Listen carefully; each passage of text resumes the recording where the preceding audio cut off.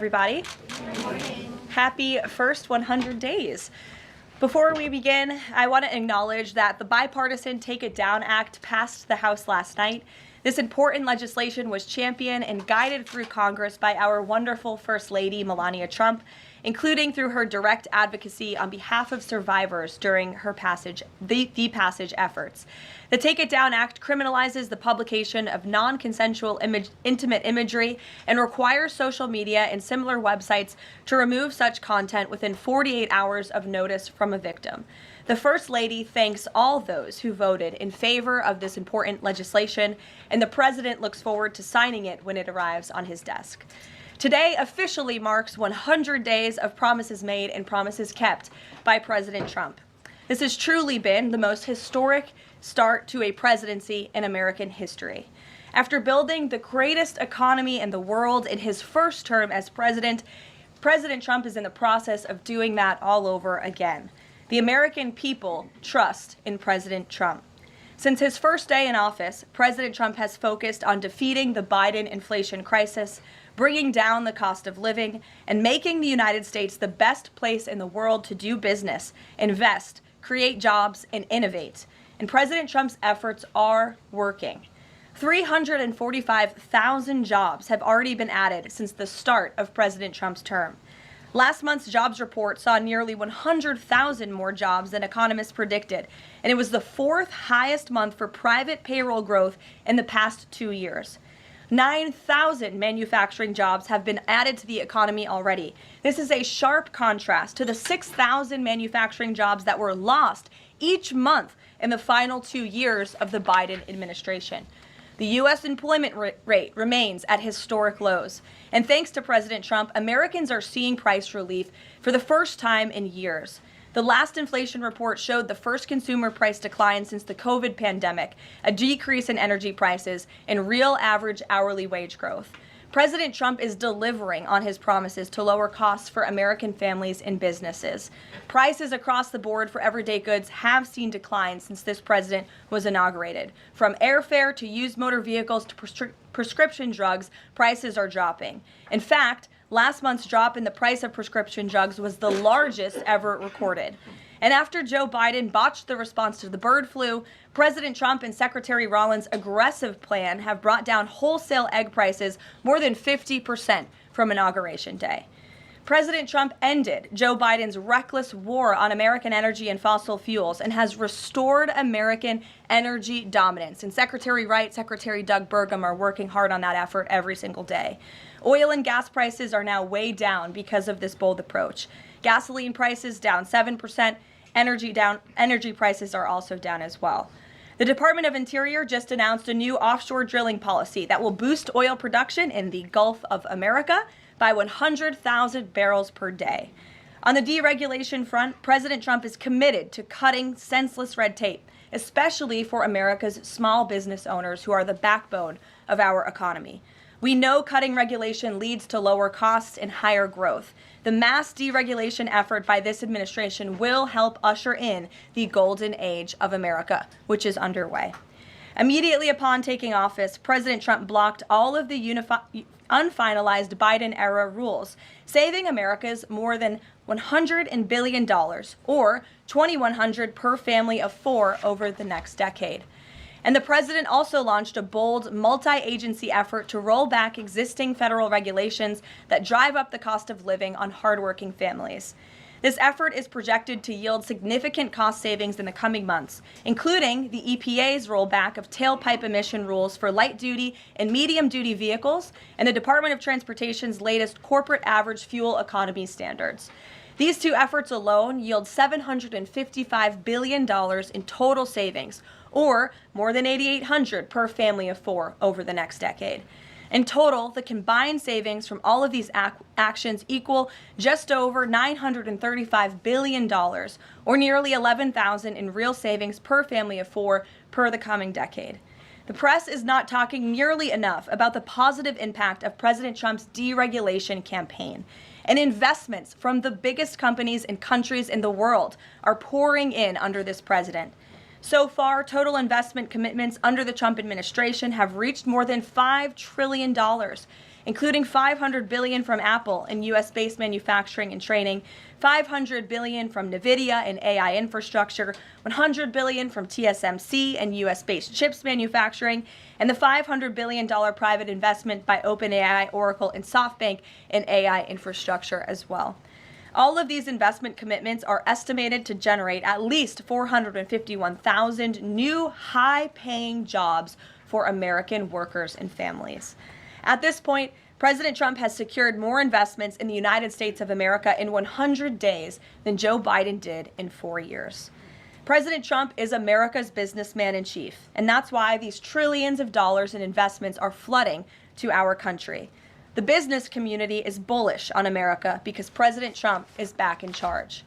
Tomorrow, the president will host CEOs and leaders from several companies that have made these investments to tout their historic commitments to our country and encourage others to follow suit. Under President Trump, there has never been a better time to invest in America. And the president finally said enough is enough and refused to allow America and our workers to be ripped off any longer on trade.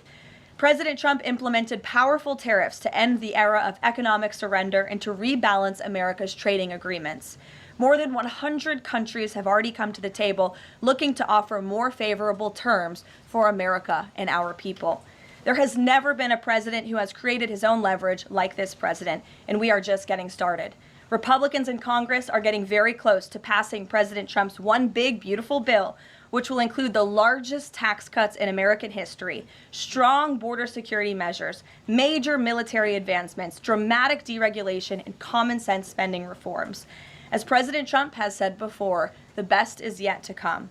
For more on President Trump's economic successes so far and the plans ahead, I want to pass it off to our incredible Treasury Secretary, Scott Bessent, who is here today, and we will open it up to questions. In our new media seat, we have Brendan Peterson, the financial services reporter for Punchbowl News. Punchbowl News covers power, people, and politics based in Washington, D.C., laser focused on Capitol Hill, the politics of legislating, founded in 2021, and it is the first newsletter that Capitol Hill and the White House reads every morning in the middle of the day and throughout the evening. Thanks for being here with us, and we'll start with you today. Thanks so much for being here. I have a question for Secretary Bessent. On tariffs, the president said over the weekend that we are hoping that maybe tariff revenues could replace income tax. But we also keep hearing about the deals that the administration is pursuing. So my question is, what is the White House's ultimate objective here? Do you want to have long-term tariff revenue or deals that might reduce those tariffs? I think it's a combination of both. So we're going to take in long-term tariff revenue. We put a process in place. We have 18 important trading relationships. We will be speaking to all of those partners, or at least 17 of them, over the next few weeks. Many of them have already come to Washington. What President Trump is referring to is the ability for tariff revenue to give income tax relief. And I think there's a very good chance that we will see this in the upcoming tax bill. The president campaigned on no tax on tips, no tax on Social Security, no tax on overtime, and the restoring interest deductibility for autos, for American-made autos. So tariff income could be used for tax relief on all those immediately. So you think that there is a role for significant tariff revenue in U.S. fiscal policy? I think that it is something that got put away a long time ago, and I think that tariffs will bring back American manufacturing and generate substantial revenues. On manufacturing, we've seen some pretty grisly surveys this month from the Philly Fed, which saw the biggest drop since May of 2020, and the Dallas Fed, similar plunging outlook, poor shipping orders. What are American manufacturers not understanding about your push for onshoring in the U.S.? Well, I think I was in the investment business 35 years, and I learned to ignore the survey data and look at the actual data, and the actual data has been quite good. The job data is good. Americans keep spending, and as Caroline said, we have these incredible commitments to bring manufacturing back on shore with record investment by domestic corporations and foreigners who want to come into the U.S. Thank you so much, Caroline. Thank you, Mr. Secretary.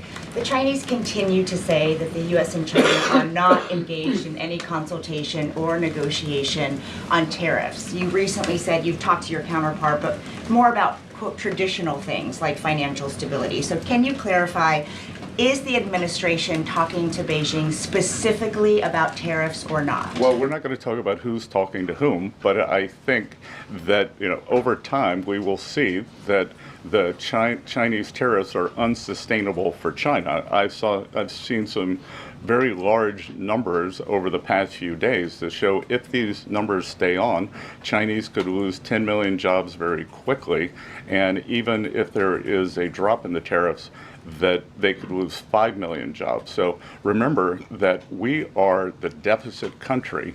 They sell almost 5 times more goods to us than we sell to them. So the onus will be on them to take off these tariffs. They're unsustainable for them. And they are saying you guys are not talking about it. So is that true? Look, they have a different form of government. They're playing to a different audience.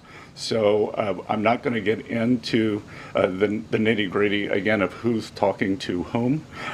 But as I said, I believe for the Chinese, these tariffs are unsustainable. And very quickly, 2 days ago, you said you didn't know if President Trump had spoken to Xi Jinping. Do you know now?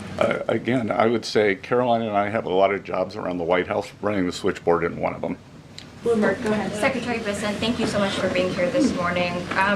You've talked about the importance of giving investors certainty when it comes to the market, yet the Trump administration is continuing to negotiate several complex trade deals in a very sort of compressed time frame.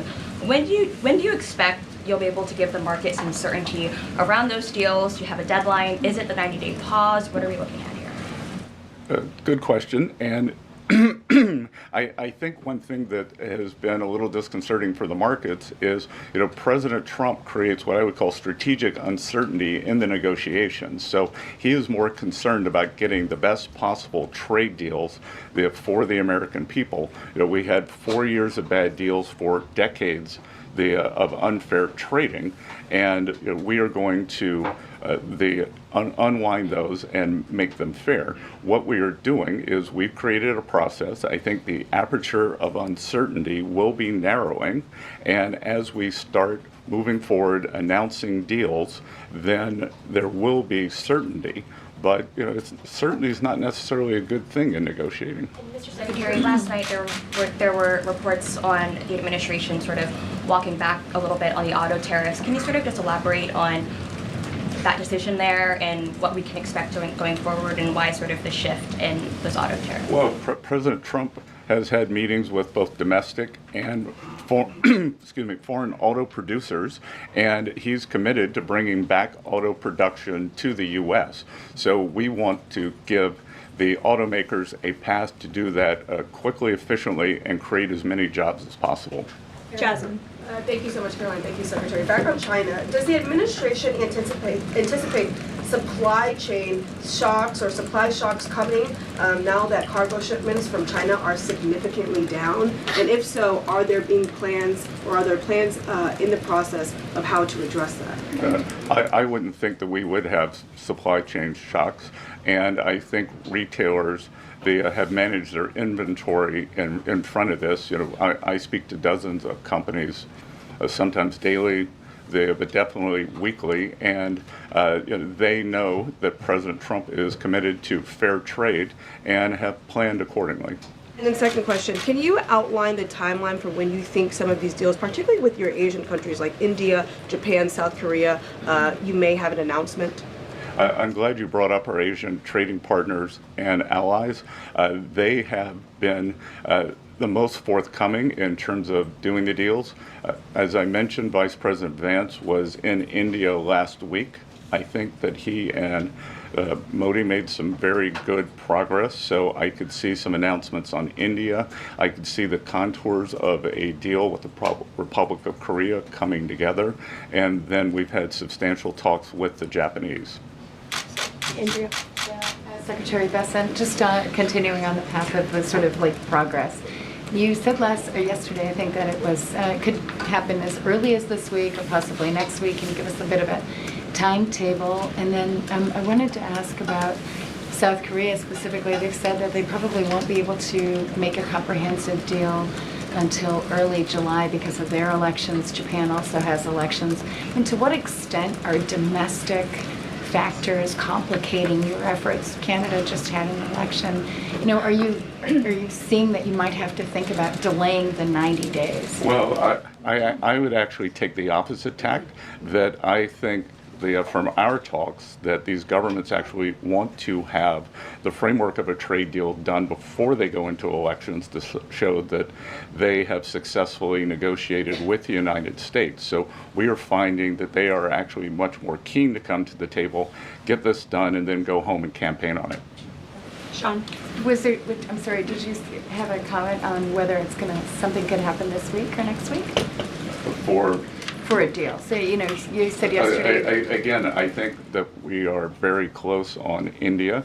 And in India, just a little inside baseball, India, in a funny way, is easier to negotiate with than many other countries because they have very high tariffs and lots of tariffs. So it's much easier to confront the direct tariffs when as we go through these unfair trade deals that have been put in over decades, that the non-tariff trade barriers can be much more insidious and also harder to detect.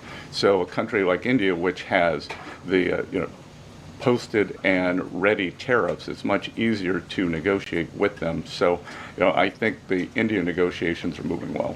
Sean, go ahead. Hi, Mr. Secretary. So it was reported this morning that Amazon will soon display a little number next to the price of each product that shows how much the Trump tariffs are adding to the cost of each product. So isn't that a perfect crystal clear demonstration that it's the American consumer and not China who is going to have to pay for these policies? I will take this since I just got off the phone with the president about Amazon's announcement.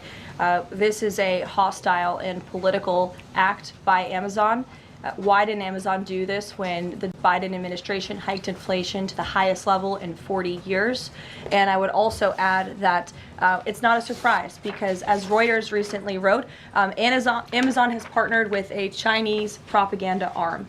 So this is another reason why Americans should buy American. It's another reason why we are onshoring critical supply chains here at home to shore up our own critical supply chain and boost our own manufacturing here. Is Jeff Bezos still a Trump supporter? Look, I will not speak to the president's relationships with Jeff Bezos, but I will tell you that this is certainly a hostile and political action by Amazon. And Secretary, if you have anything to add. Yeah, I would also add that the bringing down the terrible Biden inflation has been a priority for the first 100 days of the Trump administration, and President Trump has done a great job of leading that since January 20th.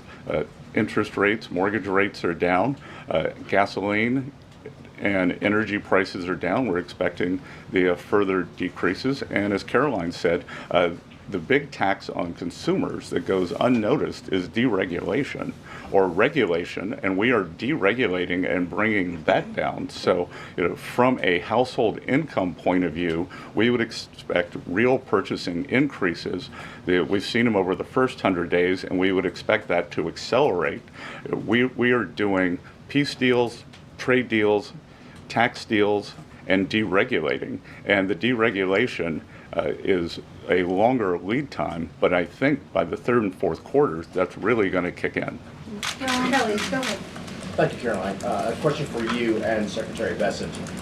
We talk a lot about volatility and uncertainty in the marketplace, and the president has stated all along that he's more concerned about mainstream America, the American worker. You just talked about deregulation and this entire fair trade and reciprocals.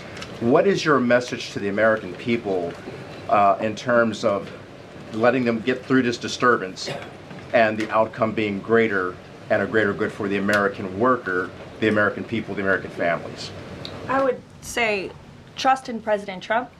There's a reason he was reelected to this office. It's because of the historic success of his economic formula in the first term, and as I laid out at the beginning of the briefing and the Secretary has talked about and the President talks about every day, there's a proven formula that works.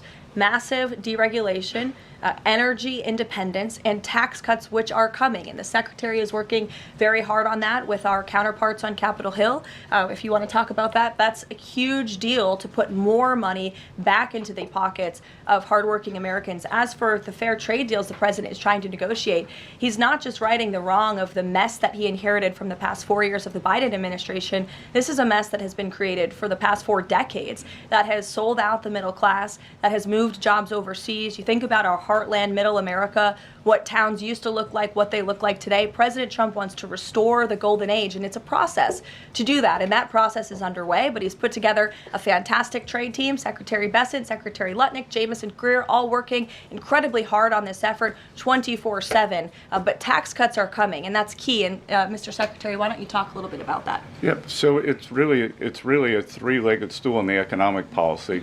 It's trade, it's tax, and it's deregulation. So we are in the midst of addressing, as Caroline said, these long-term trade imbalances. The tax bill is going much better than I would have thought when I took office on January 28th, and that's through President Trump's leadership.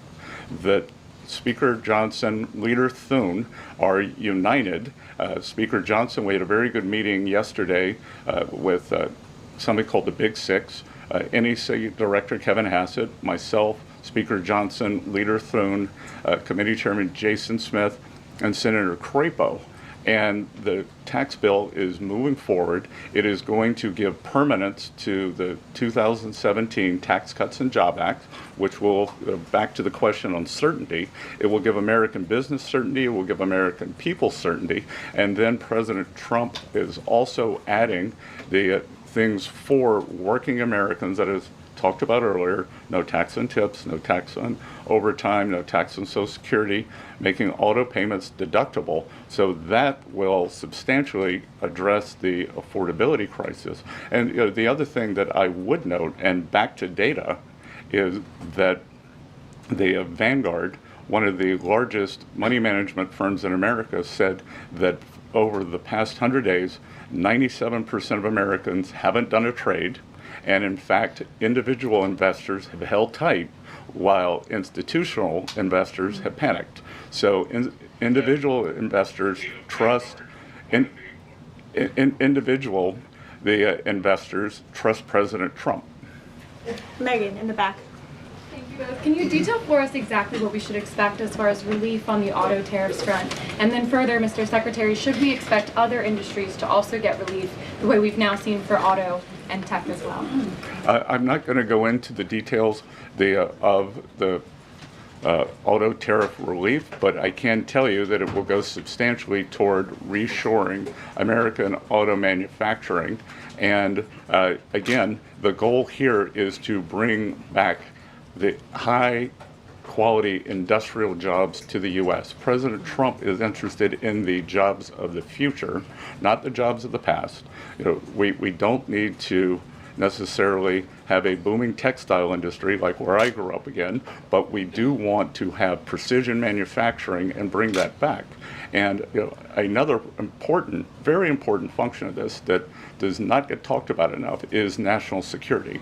President Trump, his overriding the concern and belief is that economic security is national security is economic security.